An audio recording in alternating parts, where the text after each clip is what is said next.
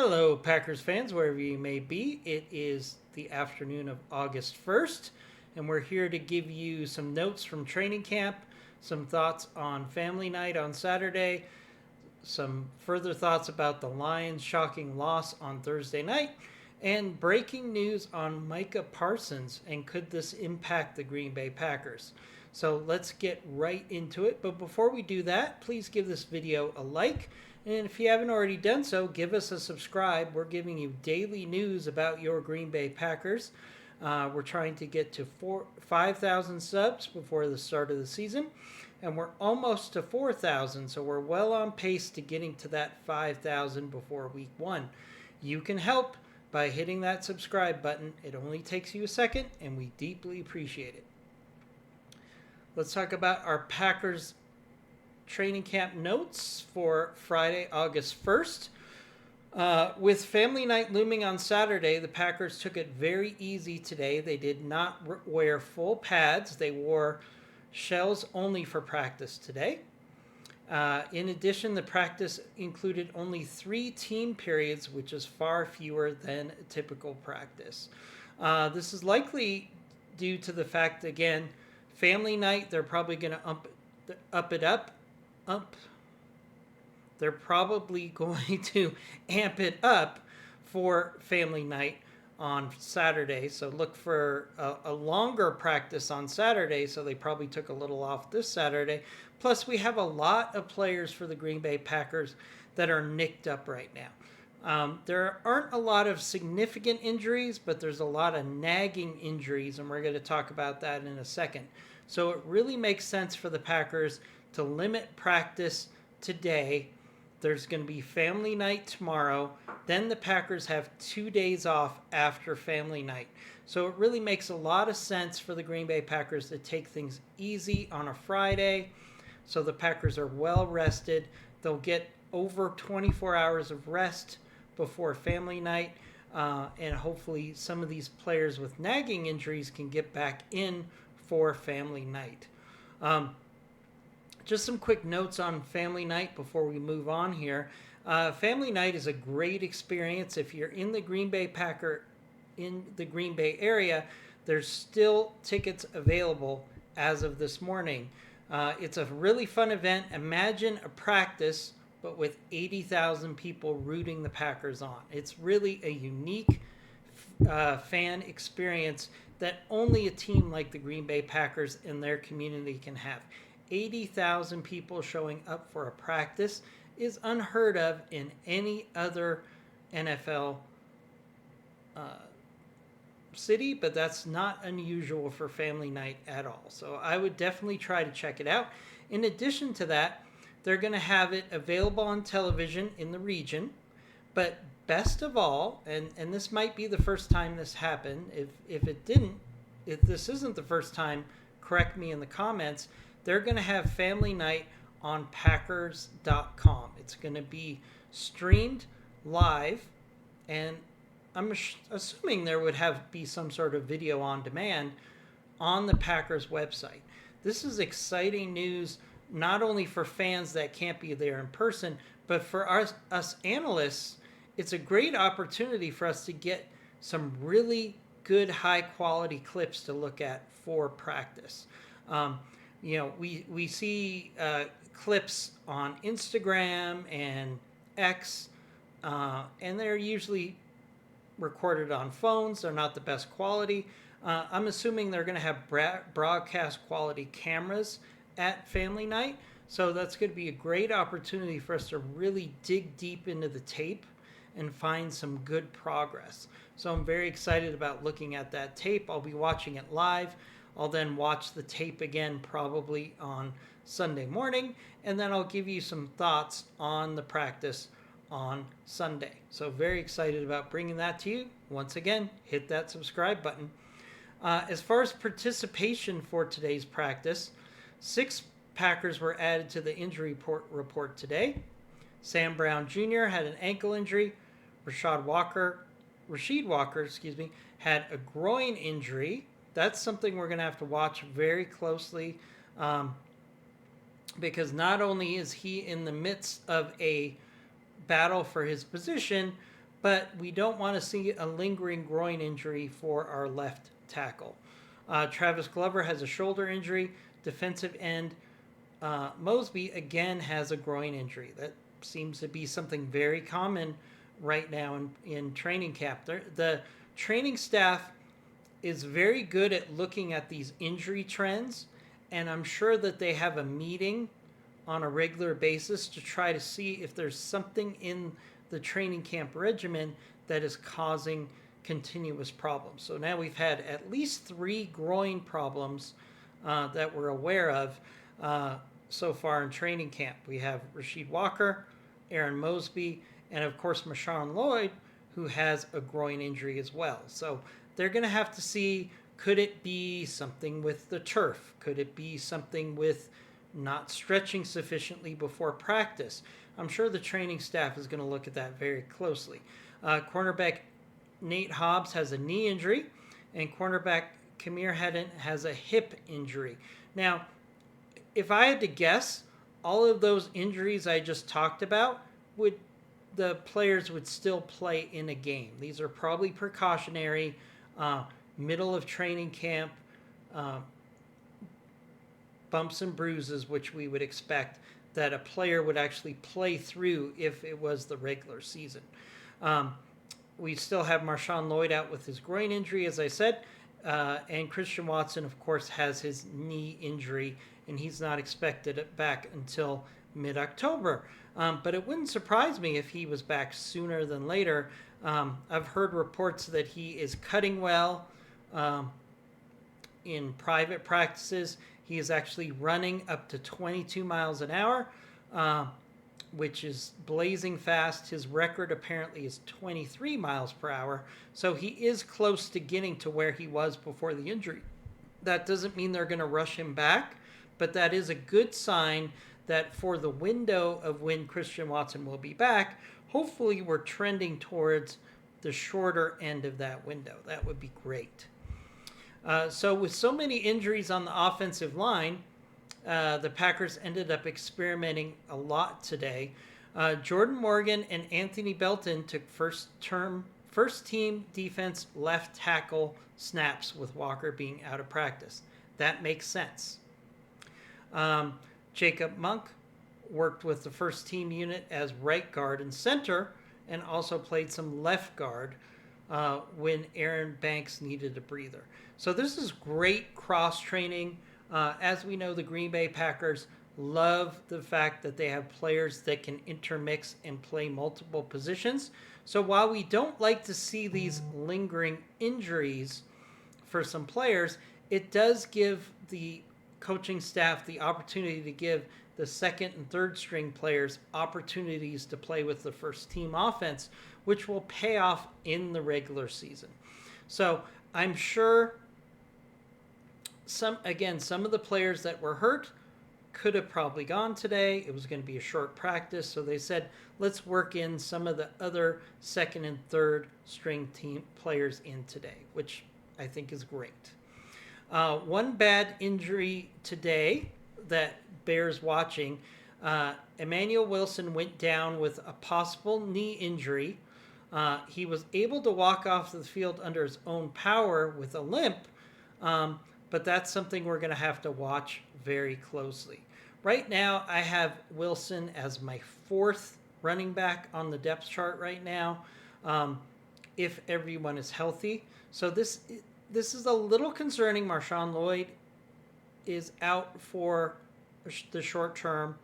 We've got now Emmanuel Wilson out on the short term. It wouldn't surprise me if the Packers looked at maybe bringing in another running back for the rest of training camp, just for depth purposes here. But I'm not overly concerned unless we hear something really serious about this knee injury for Wilson. Marshawn Lloyd is expected to be back probably next week. Wilson, if it is a minor knee injury, maybe he'll be held out for a week. Still plenty of time to get through the end of training camp before we have to worry about the depth here. But it is something to watch very closely, so we'll keep an eye on that. As far as defense, we talked on yesterday's video that Nazir Stackhouse was making a name for himself in practice. He's made a lot of good plays. Matt LaFleur, in his press conference today, went out of his way to praise Stackhouse and said he deserves some more opportunities to play with the first defense. And that makes a lot of sense because outside of nose tackle Kenny Clark, most of the Packers tackles are on the 300-pound side, which is a little lighter for a defensive tackle, which is great because we want tackles that can penetrate into the offensive line of the opposition. But at the same time, Kenny Clark is a stout person against the run, and if he's out, we need a player like Stackhouse to step up and be a consistent, solid, rotational backup player. So Stackhouse did in fact see time with the number 1 defense in practice today and looked the part of a starter according to reports. So this is big news. Stackhouse was a undrafted free agent. He was given a larger free agent contract than a lot of people expected. So he is most likely going to make this roster and be a key part of the rotation at nose tackle. And that's great to see. Once again, Brian Gutekunst is making great pickups. Anybody in the NFL could have made an offer to Stackhouse. Goody pounced on it, gave him more money than the rest of the market, from what I've been told. And Stackhouse could potentially be a key part of the rotation on the defensive line. So that's great news. So that's it for practice notes. Again, it was a very short practice today. So I have a couple things I want to talk about for you Packer fans out there. Number one, like most of you I was smiling when I saw the score throughout the game for the Hall of Fame game. Not only did the Lions lose, they lost badly against the Chargers. Now, as much as I begrudge the Lions, I do have to compliment them as a very tough team that does not give up historically. They had injuries last year, they kept fighting, and they ended up having one of the best records in the NFL. And to see the Lions kind of lay down and get beaten in all phases of the game. They got beat on offense, they got beat on defense, they got beat on special teams last night. Now, a Lions apologist would say, well, the starters weren't in there. I understand. But you know what? The starters weren't in there for the Chargers either. And the Lions were beaten down. So this tells me there's a couple possibilities here. One, it was just a fluky game and the Lions will get back on track. Two, the Lions' depth is not as good as the Chargers' depth. And that is something that really bears watching. Throughout the summer, I've talked about how the Lions have had a significant drain of talent on their team. And that has not really been addressed. It's been addressed a little in the draft, a little in free agency, but overall, the Lions roster, especially its depth, is not what it was in the last 2 years. And I think this is part of what we saw in this preseason game. So if the Lions have a bunch of injuries this year, this depth will be a serious problem for them, especially at quarterback. Right now, they do not have a viable backup quarterback, in my opinion. Both of their backup quarterbacks were not startable in the NFL, in my opinion. Compared to what the Green Bay Packers have as a backup quarterback, it's night and day. Malik Willis won 2 games as a backup and came in and helped win a third due to a Jordan Love injury in the middle of the game. Could the Lions win a game with the quarterbacks they have behind their starting quarterback? I don't think they can say that right now. But another problem I have, and I've been beating the drum on this all off season, is the coaching staff is not there to give them the leadership that they need to make adjustments in the game. Do I think the Lions, if they had the same coaching staff as last year, would have suffered a defeat as bad as they did last night? No. I think the new offensive coordinator and the new defensive coordinator and all of the position coaches that they lost in the offseason are having a toll right now. And Dan Campbell, as much as he's a rah-rah coach, he can't do everything by himself. So the Lions are now showing they have serious issues with depth. And they also have, in my mind, some serious deficits in leadership compared to what they had last year. So we're going to see what the Lions are going to do to compensate. Can they adjust? Will they actually put their starters into the game longer than they originally planned in the preseason to shore up some of this performance? Because as much as the preseason doesn't matter, it does matter, okay? It's not that you win or lose in the preseason, it's how you play. And right now, the Detroit Lions are not ready for prime time. And it was really stunning to see them lay down like that. I give the Lions a lot of credit for being a tough, strong team that fights through adversity, and they laid an egg on Thursday night. Now, they have 3 more preseason games to see if they can right the ship before they go into Green Bay and play against a very experienced coaching staff, a very experienced roster with most of its lineup returning or improving. The Lions could be in for a rude awakening week 1 unless they find a way to improve between now and then. They have 5 weeks to right the ship before they're in Green Bay for week number 1. So I'm feeling very enthusiastic that the Lions are not who we thought they were, and they're starting to show a lot of warts that I thought were bumbling all through the offseason. So we'll see what happens over the next couple weeks.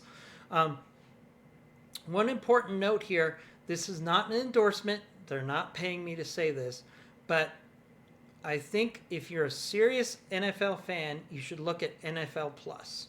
NFL Plus gives you the all 22 film from all of the games. It also gives you the ability to replay all of the games. So while I watched the game last night, but I was doing other things, I then went back this morning, watched that Lions Chargers game again, was able to pause, replay plays, take a lot of close looks at things by looking at NFL Plus through their replay feature.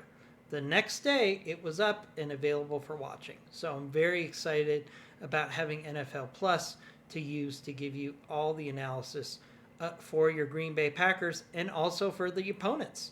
I'm excited about doing that in season. I want to not only talk about the Packers, but throughout the week before a game, I'm going to try to break down the opponent as much as possible by looking at the tape and giving you thoughts on how I think the game will go. Finally, late breaking news today, and I wanted to touch on this. Micah Parsons has requested a trade from the Dallas Cowboys because they've made no effort to give him a new contract. He made it very clear he does not plan on playing for the Cowboys. Now, if they load up a Brinks truck to his doorstep, is he going to come back? Probably. We'll see. But there's a lot of rumors swirling about where Micah Parsons could go. Where can he go? Can he go to the Seahawks? Could he come to the Packers? I see a lot of Packers fans saying, we need Micah Parsons. Micah Parsons would not be a solution for the Green Bay Packers. Sure, it would help our chances at winning a Super Bowl this year, but it would blow up our salary cap position for future years. We would also have to give up draft picks, which is something Brian Gutekunst would not do. I guarantee you, Brian has no interest in trading for Micah Parsons. No matter how great of a player he is, he does not fit, number one, what the Packers need, because I think the defensive line is showing enough flashes that will be good. Second of all, I don't think Micah Parsons fits the Green Bay Packers scheme. We already have 2 athletic linebackers in our lineup. I don't think Micah Parsons is really going to give us a return on the investment. So it sounds exciting, but Micah Parsons is not going to be in a Green Bay Packers jersey anytime soon. So we'll see what happens there. On that note, we're going to wrap up this edition of the Pack Attack Cast. Thank you for watching the video. Please give us a like if you're still at this point in the video. And we'll be back tomorrow, or actually we'll be back Sunday with a review of Family Night. So look forward to talking to you then. As always, go Pack Go.